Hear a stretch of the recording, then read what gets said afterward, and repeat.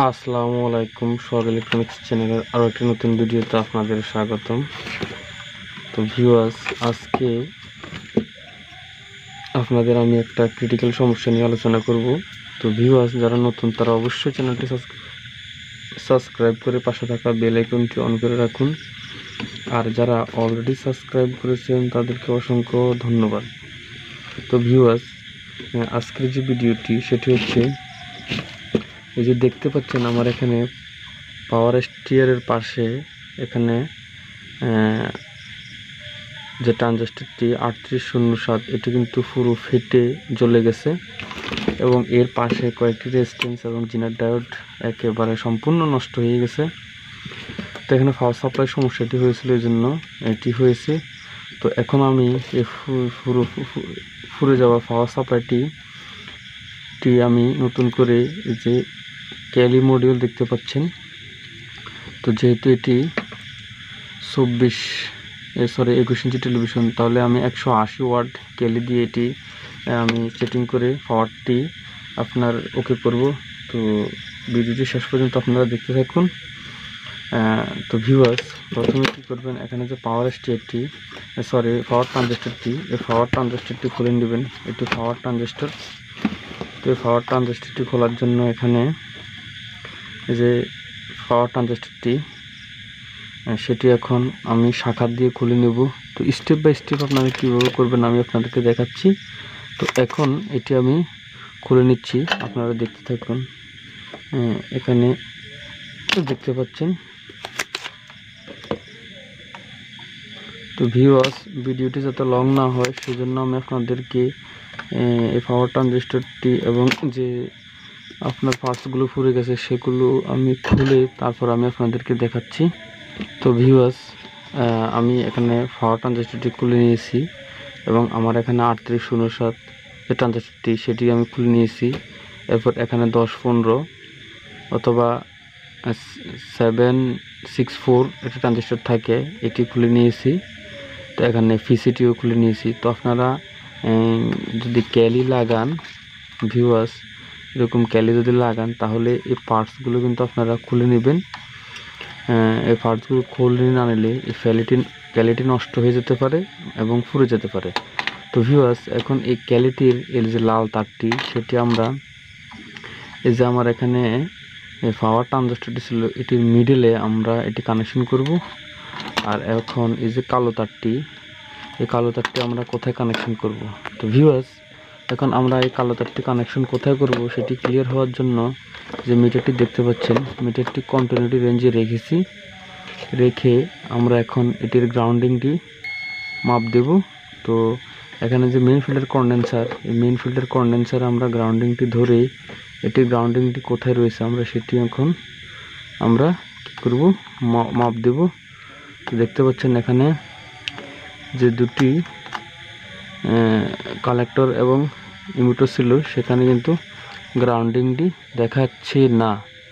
তো যেহেতু গ্রাউন্ডিংটি দেখাচ্ছে না, তো সেহেতু আমরা এখানে কি করব, সরাসরি এখানে মেইন ফিল্টার কন্ডেন্সারের গ্রাউন্ডিংয়ের সাথে কানেকশন করে নেব এই যে ক্যালির গ্রাউন্ডিংটি। তো ভিউয়ার্স, এটি এখানে মেইন ফিল্টার কন্ডেন্সারের গ্রাউন্ডিং এবং এই যে লাল তারটি দেখতে পাচ্ছেন এটি আমরা এখানে এই যে ট্রানজিস্টরের মিডলে যেটি ছিল এই পয়েন্টে লাগাবো। তো লাগানোর আগে আপনারা কি করবেন, এই যে একটি কাভার থাকে এর পেছনে, তো এটি লাগিয়ে স্ক্রু দিয়ে লাগাবেন। তো লাগানোর পূর্বে আমি আপনাদের এখানে মেইন ফিল্টার কন্ডেন্সারটি আপনাদের মেপে দেখাবো। এখানে মেইন ফিল্টার কন্ডেন্সারে 300 ভোল্টেজ এর আশেপাশ দেখাচ্ছে কিনা। তো ভিউয়ার্স দেখতে পাচ্ছেন আমি মিটারটি নিয়েছি। তো এখন আমি এটির এই যে মেইন ফিল্টার কন্ডেন্সার এখানে আমার 300 ভোল্টেজ এর আশেপাশ দেখাচ্ছে কিনা, তো আমি সেটি এখন মেপে নিব। আমি কিন্তু এটি লাইনে দিয়েছি। তো দেখতে পাচ্ছেন এখানে এটি 299, তার মানে 300 ভোল্টেজের আশপাশ রয়েছে। তো এখন আমি ক্যালিটি এখানে লাগাবো। তো ভিউয়ার্স, ক্যালিটি লাগানোর আগে আমি এখানে মেইন ফিল্টার কন্ডেন্সারের যে ভোল্টেজটি এটি কিন্তু ডিসচার্জ করে নেব। তো এটি ডিসচার্জ না করলে কিন্তু অনেক সময় ক্যালি শর্ট খেয়ে ফুরে যেতে পারে। তো এই সমস্ত কাজগুলো আপনারা খুব সাবধানতার সাথে অবলম্বন করে লাগাবেন। তো ভিউয়ার্স, এখন ক্যালি তো আপনারা খুব সহজে ফিট করতে পারেন। তো আমি ক্যালিটি ফিট করে এরপর আপনাদের আবারও মূল ভিডিওতে আসছি। তো ভিউয়ার্স, দেখতে পাচ্ছেন এই যে ক্যালিটি আমি সেটিং করে নিয়েছি এবং এর লাল তারটি যেখানে বলেছি আমি সেখানে, এবং এই যে কালো তারটি আপনারা দেখতে পাচ্ছেন, এই কালো তারটি আমি মেন ফিল্টার কন্ডেন্সারের গ্রাউন্ডিংয়ে কানেকশন করেছি। আর আরও একটা তার থাকে সবুজ, সেটি আপনারা কেটে ফেলে দিবেন। তো ভিউয়ার্স, ভিডিওটি বাড়িয়ে লাভ নেই। তো এখন আমি এটি কারেন্ট 220 ভোল্ট সাপ্লাইতে দিয়ে আপনাদের দেখাবো যে আমার এই ক্যালিটি যে আমি লাগিয়েছি সেটি আমার কতটুক কাজ করেছে। তো ভিউয়ার্স, দেখতে পাচ্ছেন আপনারা, আমি কিন্তু এটি সার্কিটটি কিন্তু ক্যালিটি কিন্তু এটি কারেন্টে দিয়ে দিয়েছি। তো ভিউয়ার্স, এই যে দেখুন আমার এখানে যে আমার কন্ডেন্সারটি দেখতে পাচ্ছেন আপনারা। তো দেখুন এখানে কন্ডেন্সারে কিন্তু সাপ্লাইটি চলে এসেছে। আপনাদেরকে আমি ক্লিয়ারলি দেখাচ্ছি, দেখুন এই যে কন্ডেন্সারে আমার সাপ্লাইটি কিন্তু চলে এসেছে।